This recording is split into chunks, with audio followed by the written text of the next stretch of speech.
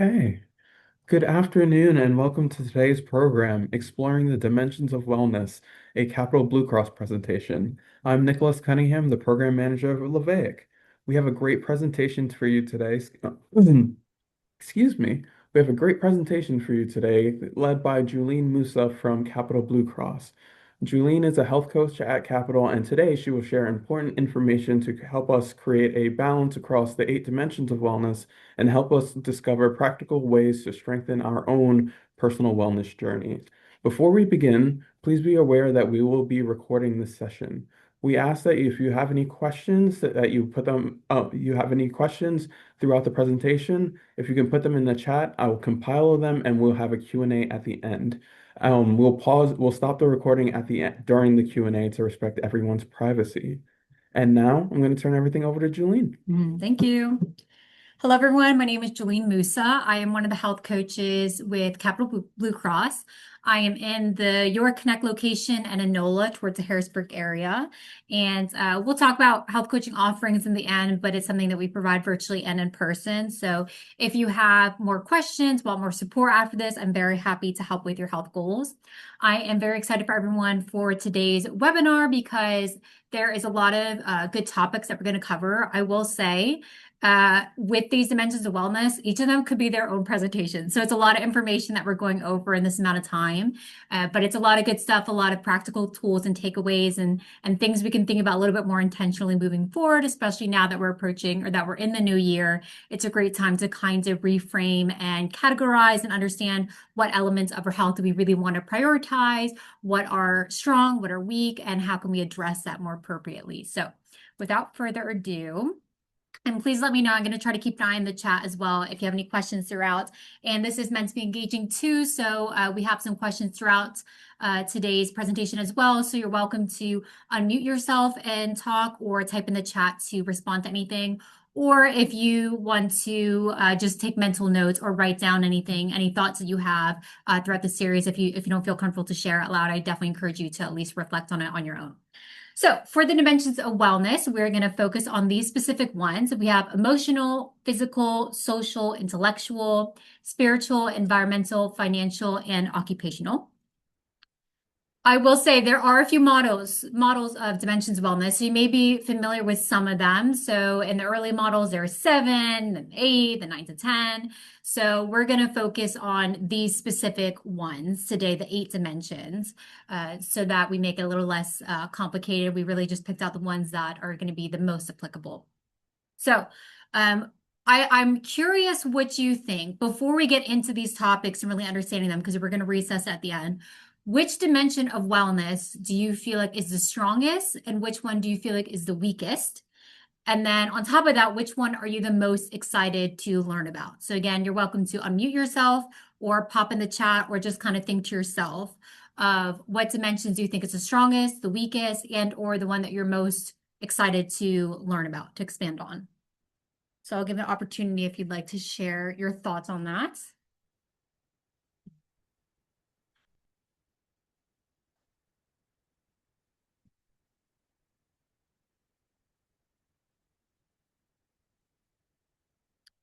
And I will say too, at the end, we're going to have a better picture of each of these mentions. So you'll be a little bit more in tune with yourself, I should say, to be able to specify.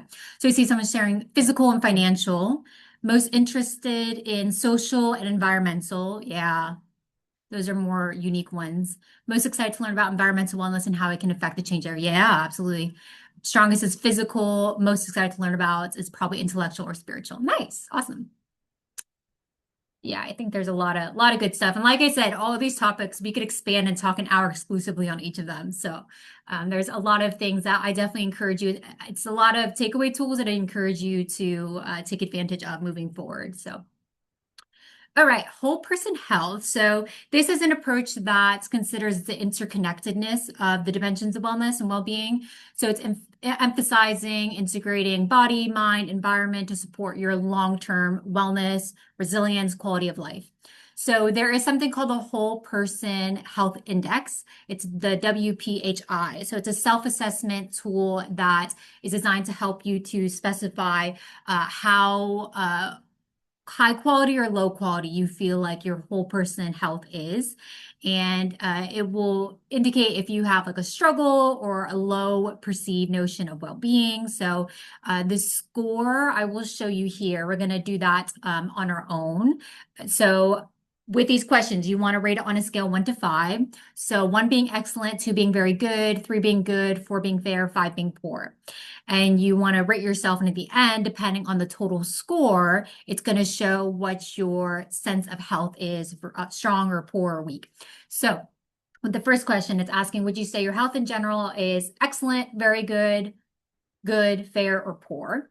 So that one we added the numbers to make it nice and easy. And then the second question, give yourself a rating. How would you rate your quality of life, focusing on what matters to you? And then how would you rate your social and family connections? In general, how healthy is your overall diet?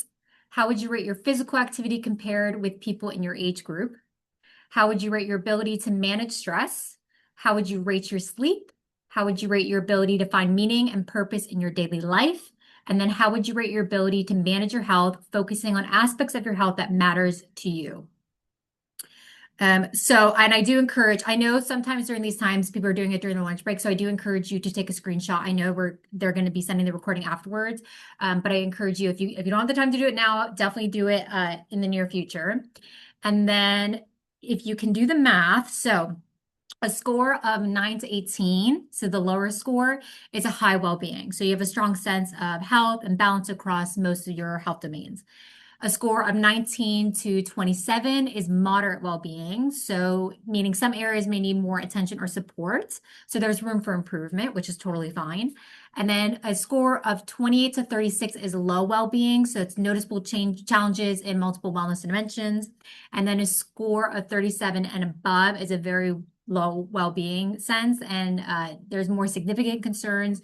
So we definitely would encourage you to have support professionally, socially, to make sure that we're really addressing these elements of wellness. So, all right, so we'll start with emotional wellness. So this is the ability to recognize, understand, and manage your emotions, to cope with your stress, and then build resilience. So why it matters and the benefits is that it supports your mental clarity, your decision-making skills, your relationships, and supports your ability to handle challenges. So if you have a positive emotional well-being, it helps you to manage through your thoughts and feelings, have more clarity towards things, better decision-making tools. And without that positive emotional well-being, you may have more difficulty connecting socially, and that will impact relationships as well. Signs of a strong sense of emotional well-being would be healthy coping strategies. So you can help develop this through journaling, identifying and challenging negative thoughts without judgment, doing relaxation techniques, engaging in a hobby that you enjoy. If you have a strong self-awareness, you want to be checking in with yourself to see how you're feeling. You want to identify your feelings. That's the first step to managing your emotions. And try to let yourself feel and accept those feelings without that judgment, again, even if it's upsetting. So that's, if you're familiar with like meditation, a big part of that is removing judgment from your thoughts and your feelings, so you can allow yourself to express yourself in a healthy and safe environment. And then emotional expression. So having healthy emotional expression involves acknowledging and communicating your feelings in a way that's honest and constructive. So it's really important to be able to communicate your feelings and needs to others effectively, so you can maintain those good relationships. And it can also offer comfort and support to others too when you're able to communicate yourself well.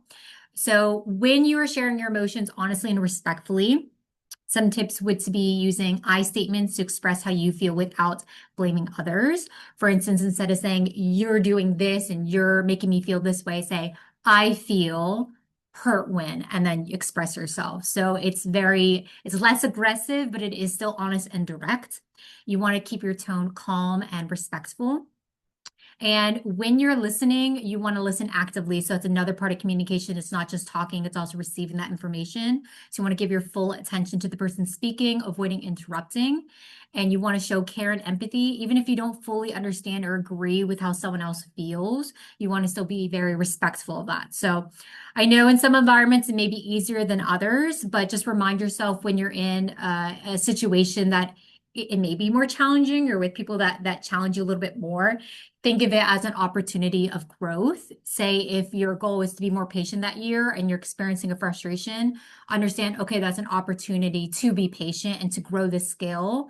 Whenever you want something to happen, it's not like it's a magic power that's going to happen right away. We need to develop that skill. So remind yourself of that. It definitely helps you to be able to digest that as it's happening and be able to handle it more effectively when you have a more positive reframing of it. And then signs of imbalances would include mood swings, irritability, difficulty managing emotion, emotional avoidance. So these may be some characteristics that you recognize in others, or maybe you recognize in yourself, and that will help you to understand, okay, there's an imbalance in this dimension of wellness and something that needs to be focused on. So some more tips to improve would be practicing mindfulness. So that is the practice of being aware, living in the present, acknowledging what's going on inside of you and around you. Journaling, as we were saying, writing things down or even talking out loud really helps to process and be aware of thoughts that you may not have been aware of otherwise. Using grounding techniques. So that could look like deep breathing, exercises, yoga, meditation.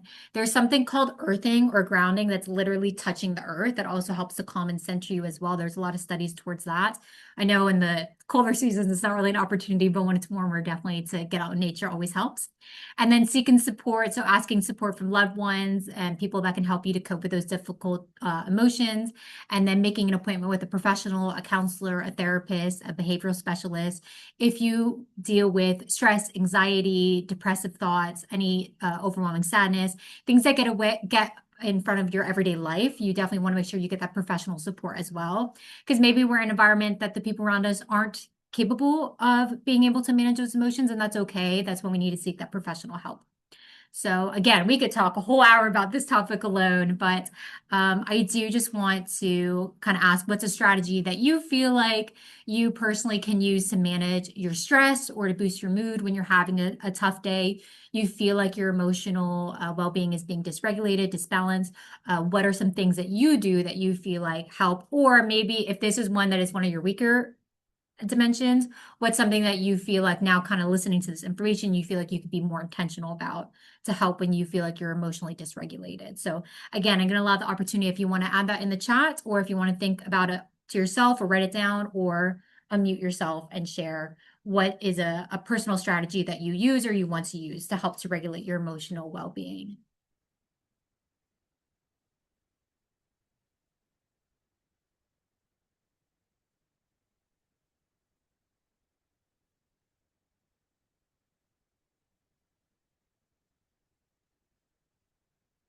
Hmm.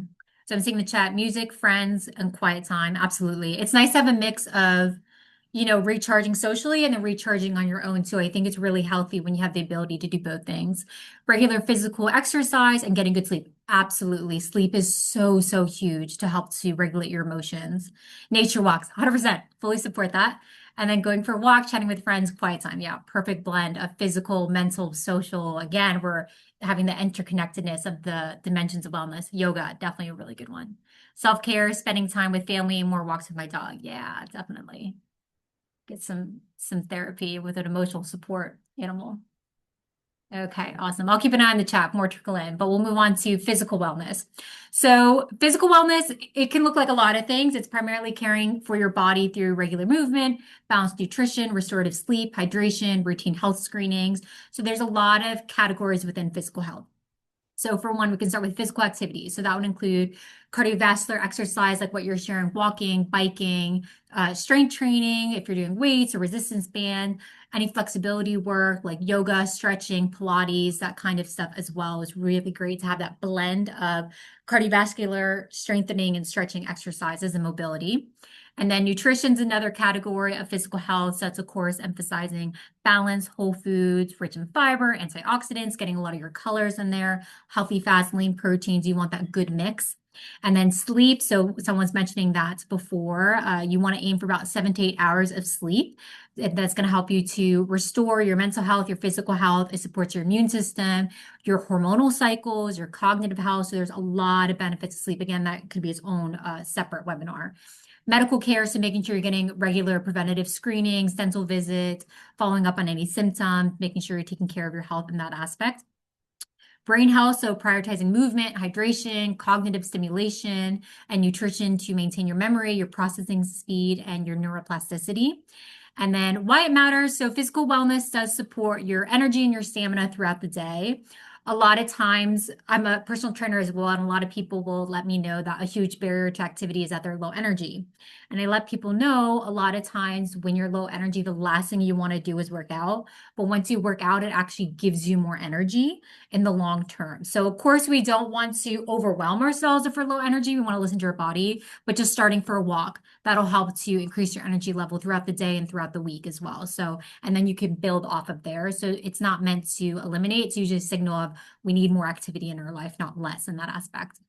But of course, you want to listen to your body. You don't want to overwork it. It also helps your immune health, disease prevention, your brain function. When we're working out, it improves your memory, your focus. It helps with mood regulation as well. It will release, I'm sure you heard of endorphins when you work out. So you go for a walk, you feel a lot more mentally clear and less overwhelmed. So it's really good mentally to do some physical activity. It helps with longevity by reducing your risk of chronic disease, supporting healthy aging. So super, super important. It also helps boost your metabolism when you're doing physical health training, increasing your lean muscle mass. And then it reduces the risk of specific chronic diseases, like it helps to improve blood pressure, lower your bad cholesterol levels, improve your blood sugar, reduce your risk of diabetes. So lots of really good long-term health that maybe you don't have it now, but you don't want to have it in the future. So we want to be preventative about it. Or if you do have it, we want to have intervention and make sure we're implementing these habits to reduce those risks and reduce need for medication as well. And then for mood and health benefits, so it also helps to reduce our anxiety, depression. Of course, there are times and places that we need professional help, maybe medication therapy in those aspects, but these are things that we can control and implement in our life to make sure that we are being as regulated as we possibly can in those aspects. And helps with better sleep quality too. So when you actually work out in the daytime, earlier in the day, it helps with your circadian rhythm and gives you more restful sleep at night. I do want to make the caveat, if you work out right before bed, that's going to make you really alert. So the timing of your workout will affect your quality of sleep too. So if you can push it up at least 4 hours before bed, 3 hours before bed, do not do it right before bed. I don't recommend that. Do stretching before bed. That'll help to calm you down. Okay, and then for strength training, it's recommended you want about at least 2 days a week. And if you can do 3 days, even better. Aerobic activity, you want about 150 minutes per week. So you could break it out either 30-minute or 60-minute workouts of moderate to intense activity, depending on your current physical level. Flexibility and balance, I feel like we should be doing it every day, but it's recommended at least 2 to 3 times a week minimum, and then you can build off of that. So it could be yoga, just stretching at home, anything that helps to keep you centered, grounded, mobile. So some tips too for physical wellness to improve that.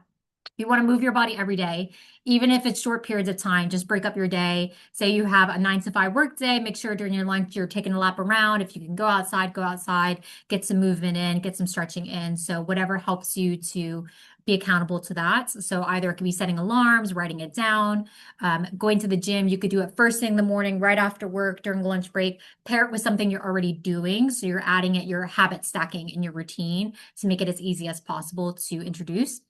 For foods, you want to make sure you're choosing colorful whole foods. Food-wise, a lot of people don't know this. I like to add this in. If you have any chronic disease like high blood pressure, any foods that are red and purple helps to reduce your blood pressure. So that's another one too we want to prioritize. And then you can always meet with a health coach or registered dietitian. That is something that is provided for you for free with Capital. And that will help to go over your health goals, your health history, keep you accountable, set goals, provide resources that'll be appropriate for you to either improve your sleep, your energy, your nutritional health, your physical health, your mental health, whatever goals you want to focus on. We will customize it and prioritize it to your specific needs. And then last but not least, I definitely encourage you to pick things that you love, because if you're doing habits that you absolutely hate, it's going to be really, really hard to maintain that in the long term. And I always say too, we don't want to associate a positive thing with a negative mindset. So for instance, a positive thing would be working out, but then if we're absolutely despising it, then we have a pretty negative relationship with that workout. So we need to find something else that makes us more positive towards it and want to maintain it long term. So that's another one that's really important to prioritize. So I want to ask too, open it up. In what ways do you implement physical activity or want to be more intentional about implementing just any element of nutritional, exercise, hydration, whatever sticks out to you that you really want to prioritize if you're not already doing it.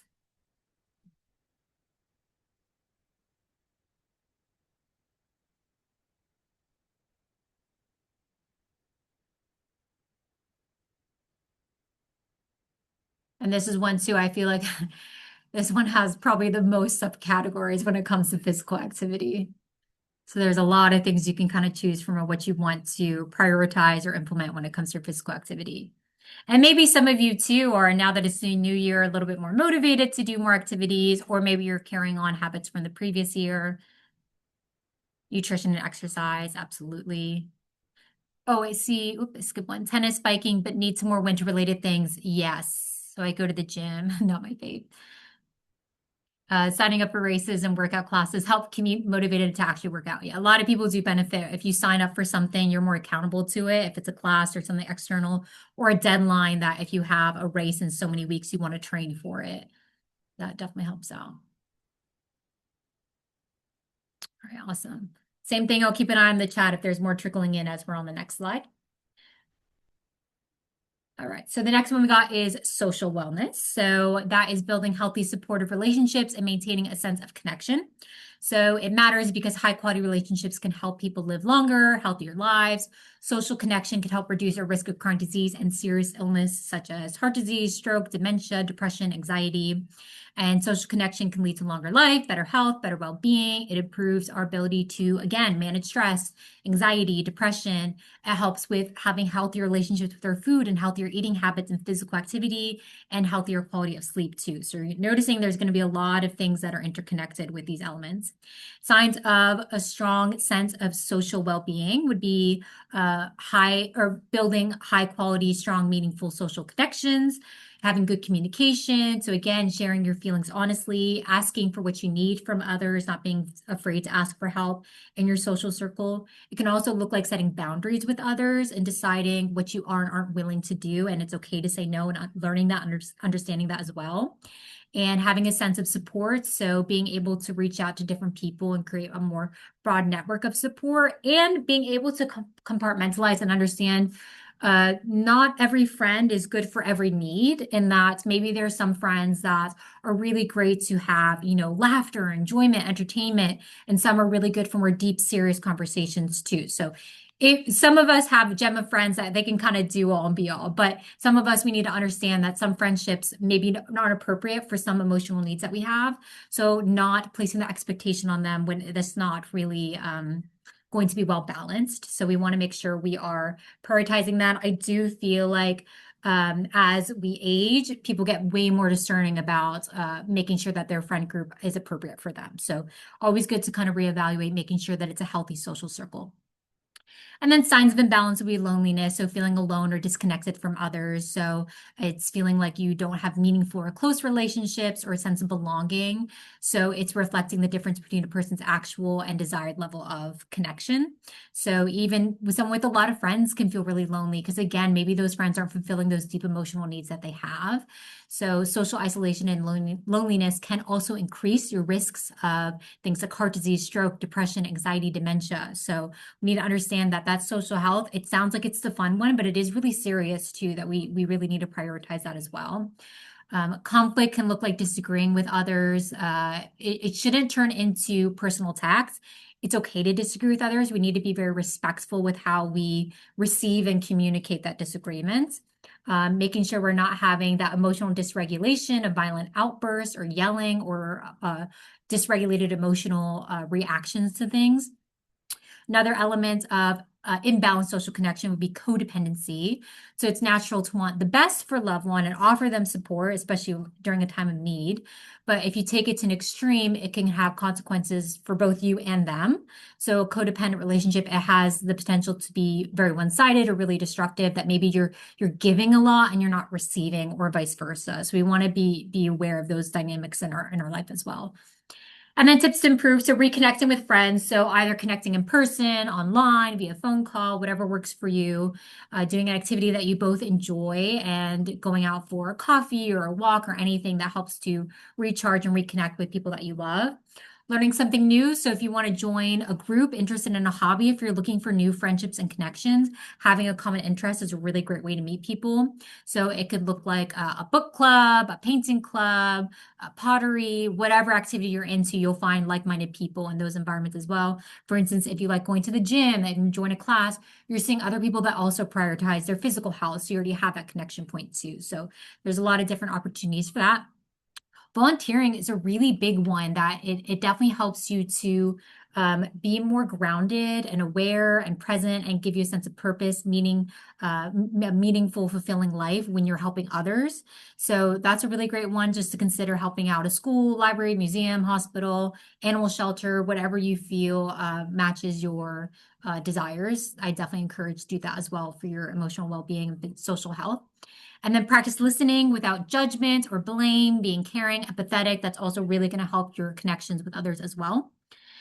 So again, I want to open it up and ask what is an activity that you enjoy doing with others and helps you to feel more connected in your social well-being. So same thing, either in the chat or if you want to unmute yourself and share what are things that you enjoy and helps you to be more connected with others.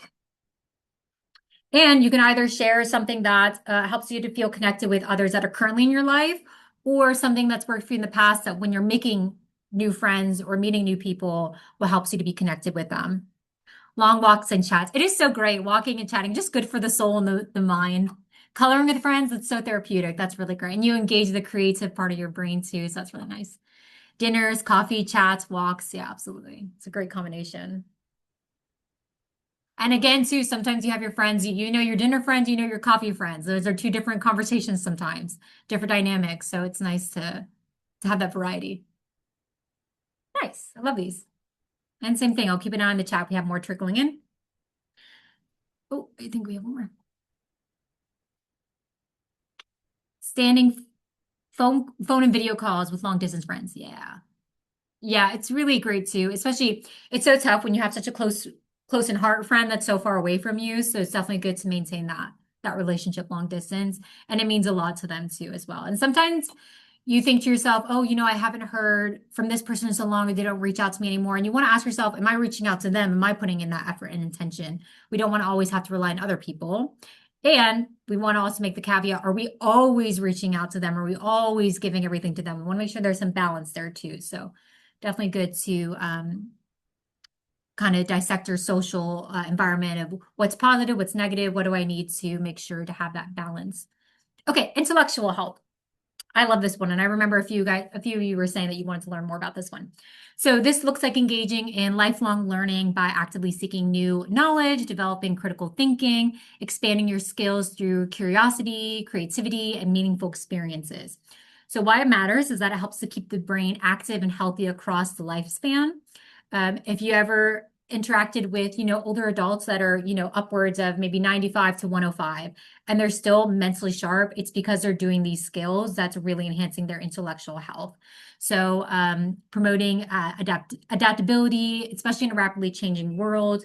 You want to strengthen your mental agility, your creativity, your open-mindedness, contributes a sense of purpose, fulfillment, and confidence. So lots of great benefits when we have this intellectual aspect balance. Signs of strength. Ongoing pursuit of knowledge through reading, classes, hobbies, willingness to explore different perspectives and challenge assumptions. That's a really big one. It sounds so straightforward, but it can be really challenging too, because a lot of times in our environment, we are so set in our ways, and that's totally okay to have your own morals and standards. But it definitely helps to kind of come into things with an open mind and listen to others, hear their perspective, and not be so closed off to everything as well. So again, we want those boundaries, but we don't want to be so closed off either. So that's a delicate balance to have. Being engaged in thoughtful conversation, innovation, creative expression. So whatever method that works for you. So with that expression, it could be physical art like painting, coloring, drawing. It could be speaking, could be writing. Again, whatever platform works for you. It's not a one size fits all. It helps to your ability to focus, reason, learning things with curiosity and enthusiasm too, not any frustration. Signs of imbalance look like feeling mentally stagnant or uninspired, difficulty concentrating or retaining new information, lack of motivation to explore new ideas or try new things, and then reliance on passive entertainment. So, for instance, scrolling mindlessly or binge watching TV or movie shows, that would be opposite of intellectual wellness. So there's a time and place. It's okay to have that entertainment, but we want to make sure it's not excessive and it's not taking away from this dimension completely. So tips to improve intellectual wellness. Again, these are the older individuals that stay sharp. This is the kind of stuff that they're doing. So reading is a big one. So reading books, it could be fictional, it could be inspirational, whatever helps to kind of stimulate your mind. For me personally, I like to have a mix of, I like to have an educational book, and then after that, having a more entertainment fictional book and kind of going back and forth between the two. Some people, one does not float their boat. So just kind of pick whatever stimulates you. Having educational articles or interesting articles, listening to thought-provoking podcasts too. There's a lot of really great free resources now to audible versions of books and podcasts for entertainment and education. Taking a course online or in person to learn a new skill. Again, now with technology, it's so easy to find online courses. In person too, there's opportunities even with the Connect stores. We have a few different locations. I don't remember where you guys are. I think maybe towards the Allentown area. Correct me if I'm wrong. But we have some offerings that we do virtually and in person too to kind of engage that element as well of different aspects of health.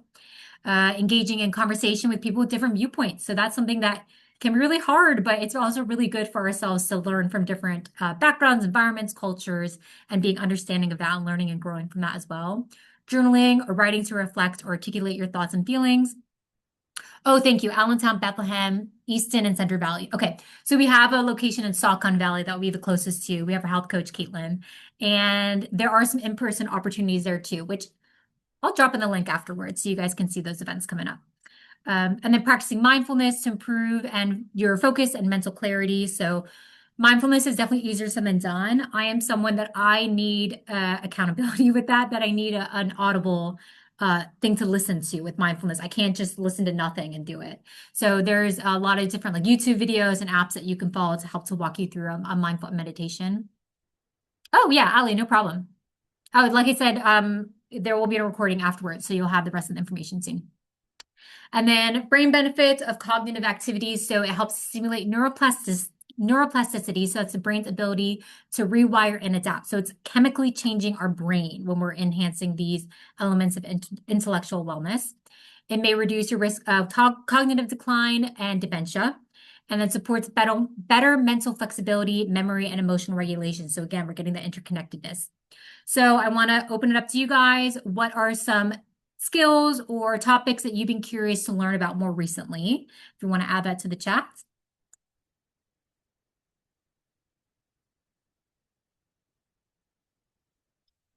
So either it's maybe a workout class, something local, something you've never done, but you've been thinking about it. Ooh, ASL, that's a good one. I've had that in the back of my mind too. That would be really great. Reading music and trying to learn an instrument. Yeah, that one's good. That's another, it's just good for the soul when you get into music. Also been learning ASL. That's great. I think that should be required everywhere. I'm surprised it's not. I think that's really cool. Dance classes. Yeah, that's another one that's good for the soul. Cooking and sewing. Yeah, just such good skills. I tried to get into sewing last year, and my gosh, it's harder than it seems, but it definitely helps to have someone in person showing you, makes a world of a difference. It's really cool. Improving communication and emotional intelligence as part of professional development. Yeah, that's a good one too. And it's so great too, because these kinds of skills, it helps both professionally in the workplace and in your personal life too. So it's really nice to be able to kind of have a 2-for-1. Awesome. All right. Please feel free to keep sharing it and move on to spiritual wellness. So for this one, that is the basis of spirituality is discovering a sense of meaningfulness in your life, coming to know that you have a purpose to fulfill.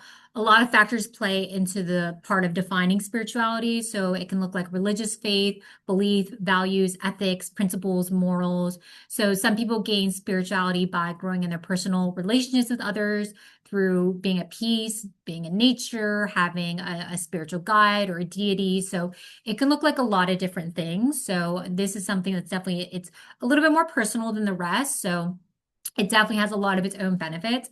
Again, it was going to provide resilience. So that's defined as being able to successfully adapt to changing life stressors and experiences. So people that have more spirituality, they're more rooted in their spirituality, I should say, or statistically shown to be more resilient in hard times.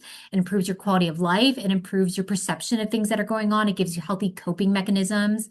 And it also helps to deal with things such as hypertension, glaucoma, depression, cancer. Again, studies show people that have a spiritual, well-grounded upbringing or roots, it definitely helps you to deal with these a little bit more effectively. So it's not an end all be all, but it definitely helps just mentally to get through these things.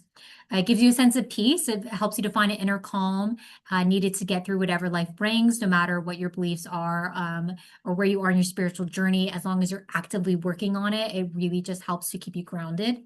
And then clarity, it definitely helps to find meaningful and authentic activities to foster deep connections of self-reflection, having a greater understanding of who you are and your sense of purpose in life and give you more direction in that sense. Signs of strength look like being able to spend reflective time alone and reflect on meaning of events in life. And again, delving into that deeper sense of purpose. It gives you a better sense of right and wrong and acting accordingly. Again, it gives you that moral compass and that moral guide. It helps you to be able to explain why you believe what you believe. And then it helps you to care more for others and acting more for the welfare of others and to the environment as well. Again, that's going to go hand in hand. Being able to practice forgiveness and compassion. Again, people that are more rooted in their spirituality are statistically better at handling those kinds of emotions as well and being more empathetic and patient with others. Sense of imbalance can look like feeling disconnected from yourself, other people. Spiritual neglect can be a failure to prioritize and attend to your own spiritual well-being. It may give you a lack of purpose. It can lead to feelings of emptiness, disconnection, and even stress.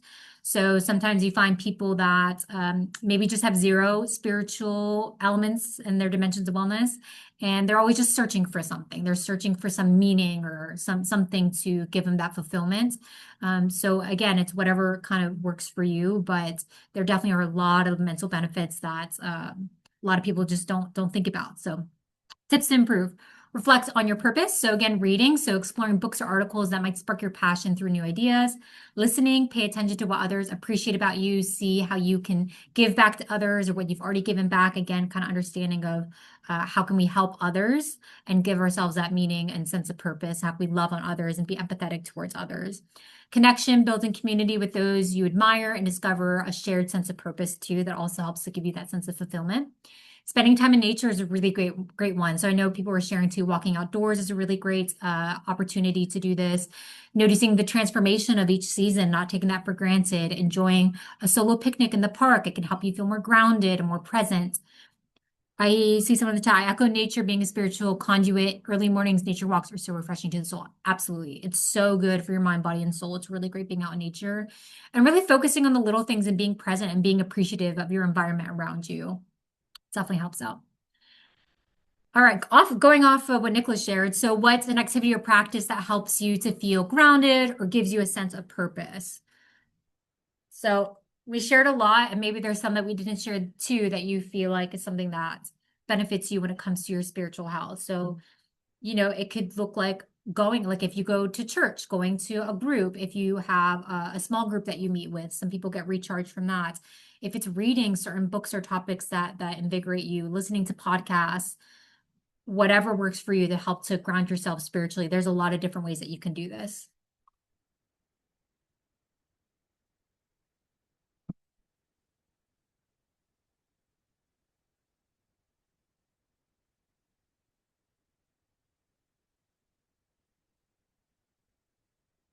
Daily gratitude list, absolutely. That's a really good one to center yourself spiritually and give you a really healthy reframe of not taking things for granted and being more positive. Guided meditation, that's a really good one. Yeah, that's what I was saying. I need it guided. I like that help from an expert to walk me through. Especially if you tend to overthink, it's really nice to have that to recenter you and ground you spiritually. It's a really great one. Okay, I'm going to move on, but please feel free to keep sharing in the chat if there's more things that come to your mind.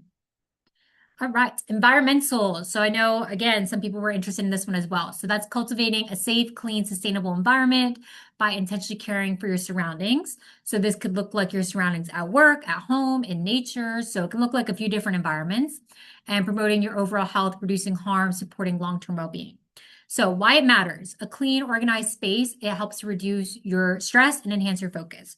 So, for a lot of us, if it's a messy environment, it's really hard to focus on what we need to do. So it helps just mentally if your physical space is cleaned and organized. Having a safe environment, so a health aspect, being safe with your habits, it lowers the risk of injuries, illnesses, toxic exposures. So that's super important too, that we need to make sure that we're in safe environments. That connection to nature and green spaces, that's going to help to improve your mood, your creativity, your resilience as well. And then sustainable practices help to promote the health of the planet or future generations. So whether it's cleaning trash from the street, growing plants, growing trees, contributing to the environment, definitely makes a huge, huge difference. So that can look like something you do individually, or again, you can kind of mix the dimensions of wellness, find a social group and go out and do it with them. So you get that social and environmental aspect of wellness too. Your surroundings, they often mirror and influence your mental and emotional states. So that's something too. We're talking about those social connections and identifying who are those people that are good for the soul and who are those people that maybe are draining our energy and our soul. So I want to make sure that our social environment, the people in our physical environment are also contributing to our well-being and our health and not taking away from that. All right. And then signs of strength. So living in or working in a clean, functional, calming space. So if you are at home or in a physical office, I usually encourage to have something like plants or something that keeps you happy, connects you with nature. If you can have windows, natural light, anything that keeps you grounded and encourages kind of more just happier environments, happier thoughts, a nicer thing to look at just for your mental health. So I definitely recommend that if you don't already do that. And then maybe practicing sustainable habits like recycling, composting, conserving energy, feeling safe and comfortable in your home and your community is a really big one too. Spending regular time in nature, green spaces, huge one that I know you guys were talking about as well. Signs of imbalance could look like persistent clutter or disorganization, living or working in a toxic, unsafe, or noisy environments, feeling drained or anxious in your space, lack of awareness or action regarding environmental impacts. So these are some things that I want you to encourage yourself to reflect on, are these imbalances that you're seeing in your life? And is that a signal that we want to kind of prioritize this now in 2026 and make sure we are making sure we're helping this to improve? So ways that we can improve would be decluttering or organizing regularly to create a calm space. So if you're not an organized person, find what works for you. If you need to write down a to-do list to make sure your tasks are done and your space is organized, that's always a good one for people. If it's keeping yourself accountable, telling a friend or a spouse, hey, keep me accountable that on this day, I'll get these tasks done or clean up my space. Again, whatever works for you. Like I was saying, adding plants or natural elements to your indoor environment, huge fan of that. Spending time outdoors, walking, gardening, quiet reflection time in nature, whatever works for you. Reducing waste, recycle, compost, and use any reusable items. Evaluate your use of toxic products, cleaners, plastics, so making sure we're eliminating that as much as possible. And then making small changes like switching to LED bulbs or conserving water, and then advocating or joining support groups for community environmental wellness initiatives. So that's something you can find locally in your environment. And then some benefits. So it's going to help to lower stress. It improves your sleep quality in clean, quiet spaces. You're reducing your exposure to allergens, mold, pollutants. You want to focus and increase your productivity. So lots of great examples of this. So I'm going to throw in the chat, or you can throw in the chat, what is a small change that you feel like you can improve? And as we're doing that, I'm going to move on to financial because I'm noticing we're a little short on time. I want to make sure we have time for everything. But again, I don't want to interrupt. If you have thoughts, please share in the chat. And then financial wellness. So this is a state where you can fully meet your current and ongoing financial obligations, feeling secure about your financial future, making choices that allow you to enjoy your life. So it's not meaning that you can never spend money ever, but we want that balance between spending and saving and feeling low stress about that dynamic. So it helps to reduce anxiety when we have a good sense of financial well-being. You have a clear plan and a safety net, and it can lessen your financial stress and reduce your worry about unexpected expenses. and it helps to support security, your resources, and planning creates a more stable foundation. Your bills are paid on time. You feel confident that your essentials are covered. And it gives you a sense of independence too. So you can meet your personal needs without heavily relying on others, and you have more control over your own life choices. And then you can also enjoy occasions. For instance, if you enjoy traveling or going out to eat with friends, it's something that, again, it gives you the opportunity to indulge in the other dimensions of wellness without feeling overly restricted either. So signs of strength would look like budgeting, saving, making sure you're keeping debt manageable and paying it off, making financial confident decisions, feeling capable of making informed decisions. Signs of imbalance would be working paycheck to paycheck, having a high debt interest rate, avoiding tracking your finances and looking at them. If you feel like you're a person that you don't like looking and seeing your bank account, that might be a sign that we're a little bit imbalanced in this aspect of well-being. So we want to make sure that we are prioritizing tracking your spending, monitoring your income and expenses to identify your habits and your opportunities to save. See if there's any subscriptions that you can eliminate or any indulgences that you feel like you could do without for a little bit.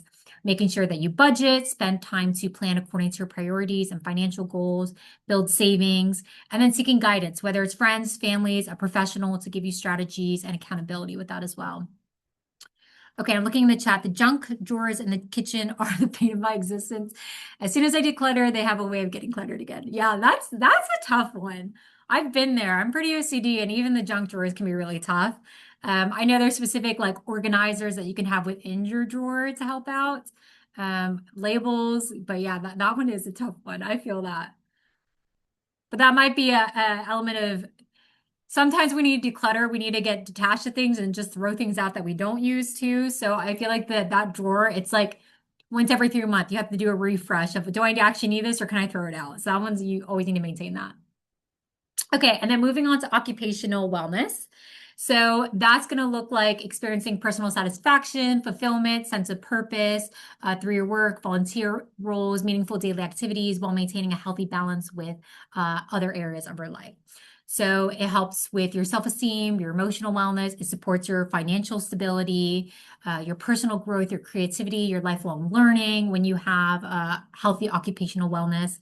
But if you have an imbalance of this, it's going to look like chronic stress, burnout, lack of motivation, feeling maybe underutilized, underappreciated, lack of clarity of purpose and goals, poor boundary setting, working long hours. So this one is one that you find a lot of people have more an imbalance with occupational wellness. And when we are balanced, it helps to give you that value. It strengthens your skill sets, your experience, but we want that healthy work-life balance to make sure that we're not being overworked and then it's taking away from our other dimensions of wellness. So some tips to improve our occupational wellness would look like reflecting on your values and seeing how your work aligns with them, setting boundaries to protect your time, your energy, your mental health, pursuing professional development. So it can look like courses, certification, mentorships too, to improve your skills and your intellectual well-being as well. Celebrating progress, not just your outcomes, tracking your achievements, your growth to give you that sense of purpose as well and meaning. And then seeking meaning in your tasks or exploring new roles that offer greater fulfillment too. So maybe something you've been doing now, it's not aligning with your sense of purpose and meaning. So maybe that's an opportunity within where you work and finding new projects or maybe career paths within your realm that more suits where you're at right now. And then fostering supportive relationships with colleagues and mentors. So that's something that we have within our controls to reach out to people, to do events together, to make sure that we're fostering that as well. And our social well-being is being improved on. All right. And then it helps to give us a sense of identity, purpose. It helps to lower your risk of depression, chronic fatigue, and then increases your productivity and then creativity as well. So lots of opportunity for growth in our occupational wellness. So sorry, I'm gonna have to skip through to the next one here. But please add in the chat if there's any elements of financial or occupational wellness that you feel like you want to prioritize moving forward. I'm gonna keep an eye on that.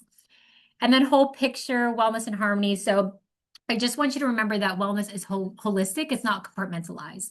So you are hearing today that a lot of these aspects are going to bounce off of each other. When something's low, something else might be high, or something's low, it's going to pull the other one down. So we want to make sure we have a balance between each of them. When you address one, it can create that ripple effect and affect the rest of them too. Enhancing interconnectedness, it helps individuals to, again, develop that resilience, balance, long-term health. And if you ignore the imbalance, it's going to undermine your overall well-being. So we want to make sure that we are understanding how each of these affect us. So then if we have strength across the dimensions, it helps improve our resilience, our sense of well-being, belonging, reducing stress, and improving our mental focus as well. So definitely a lot of opportunity to really reflect on what elements that we really want to focus on moving forward, what we feel like is underbalanced, underutilized, and then what are some strategies that we want to do to connect those dots. All right, so then I want to open up and see, now that we have a better understanding of these dimensions of wellness, what are some ways that you feel like you really want to focus on to make sure we have more balance throughout these dimensions? So it could look like a whole host of things. So this is one too. If you feel like it's more personal, I encourage you to take a note of what you feel would help for you, or if you want to share in the chat, what would help you have a balance between all of these? Or maybe there's one in particular or two in particular that you feel like could be a little bit more centered or balanced, or you feel like needs a little bit more love and attention. So examples of this could be improving your emotional wellness by anxiety reducing techniques. So that could look like walking, engaging with friendships, social connections, or you want to support your occupational wellness by increasing your energy and focus at work. So that could look like better sleep, better nutrition, better environment, decluttering. So what are ways that you feel like you could be more balanced? So as you're doing this too, again, either now or in the future, you want to make sure you're reflecting, you're identifying any patterns, you want to set your priorities, and with your next steps, I encourage you to do SMART goals. So making sure it is specific, measurable, achievable, relevant, time-bound. So this is going to make you way more likely to be able to stay accountable to your goals and making sure it's realistic and we actually have a specific plan in place to get to that point. Okay, see in the chat, specifically checking in on each dimension every so many days or weeks. I could be on a good streak when things start to tip. Intentional reflections can only realign. Absolutely, yes. You're 100% right that it is going to be a flux and flow. It's not like a linear chart that everything's going great all the time. Life is just going to kind of throw you in different directions, and that's totally okay. That's one thing too I say all the time, like a lot of people have maybe stress-related goals, and I let people know, we're looking for stress management. It's not stress elimination. Nothing's going to be perfect. We're not going to live a stress-free life. So in that aspect that we want to make sure that we're reevaluating and seeing what's high, what's low, what do we want to prioritize. I like the term flex and flow. Yeah, that's a good one. All right. And I want to say too, when it comes to SMART goals, with capital, so with health coaching, we can help you to identify what goals you specifically want to work on and what are the specific steps that we're going to do to achieve those goals too. So if you kind of want that mix of helping to hash out these goals and then having someone to keep you accountable, I definitely recommend working with a health coach to help. Again, any dimension of wellness that you really want to focus on, we can make it very specific to you. So I want you to kind of reflect what surprised you the most, either about things about yourself that maybe you heard about signs of imbalance that you didn't realize was an imbalance or vice versa. And then what's a change that you can start to make today. So I know some people are sharing that already, but I encourage you just to reflect on that moving forward. And then having continual wellness check-ins with yourself as we're talking about and seeing which of these do we feel like is strong, is weak, needs more attention, and what are we going to do to get to that point. All right, and you can feel free to screenshot this too, but kind of its main takeaways are balance is ongoing, every step counts. Wellness, it's journeys, not a destination. Again, we're going to have that flux and flow. And then interconnectedness means holistic care, so understanding how everything's going to be connected to each other and affect each other. Creating SMART goals, very specific goals that fit into your life. Again, you want to make it enjoyable and realistic. Those are the two ones that are really important. And then utilizing your resources and support. So whether it's health coaching, whether it's friends, families, trackers, journals, whatever works for you.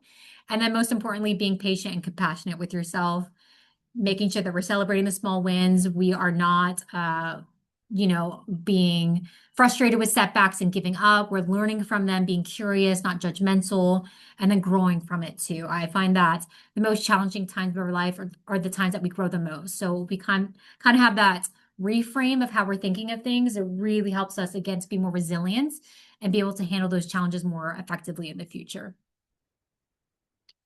All right. And like I said, you can meet with a health coach either in person or virtual. We're very happy to help. You have other resources on the capitalbluecross.com website, whether it's looking for Blue 365, that's a good one for your financial wellness. It's a lot of discounts on health and wellness deals. My Care Finder helps you to find practitioners within your network. If you need to find a provider, a primary care provider, a therapist, whatever, you can find them within your network, see estimated costs. Absolutely love that feature. It's really nice. Virtual care is a tool that you can meet with someone online virtually within minutes. You just type in what you need and they will pop up. And then care management, they are kind of your end all be all. You can reach out to them on this website. And if you have specific needs with your health, they'll connect you to whoever is within your capital network to help you out.